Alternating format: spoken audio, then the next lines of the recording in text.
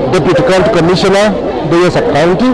Tumepata ripoti kwamba kumezuka moto kwa St. Mary's Second School in Thigio, Thigio Sub-County, ambapo baada ya kupata hiyo report tumeita county government fire brigade team na maweza kufika kwa haraka sana, na wamesaidiana na wananchi, wameweza kuzima huo moto ambao umetokea kwa dormitory moja ambayo ina accommodate watoto kama 90, na ni vizuri kwamba wananchi wamejitokeza kwa wingi na tumeweza kusaidiana na officers wa security team na moto tumeuzima. Jambo nzuri ni kwamba hakuna mtoto ambaye ameweza kuathirika kwa ule mkasa, ijapokuwa kadhaa wamepata trauma, na kwa sasa kuna wale wako hapa, kuna madaktari tumeita wanaendelea kuhudumiwa kupewa first aid. Kuna wale ambao tuliona walikuwa na other complications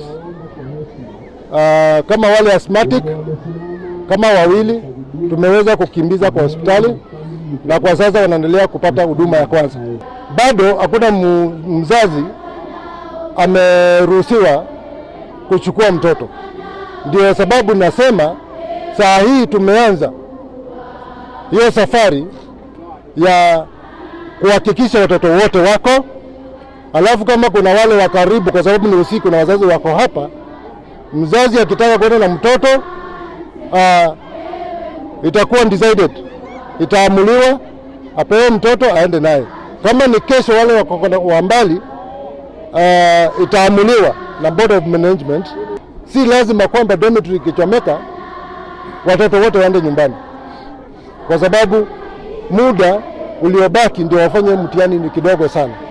Ndio tuweze kupatiwa gari letu la moto iwe inakaa hapa, manake tuko na mashule, tuko na shule ya St. Mary, tuko na shule ya Thigio Boys, tuko na shule ya Miridho, tuko na shule ya Makutano, tuko na shule ya Kamango, tuko centralized hapa katikati. Hata shule ya Ngeni ya karibu iko upande wa Deia zaidi kuliko upande ule mwingine.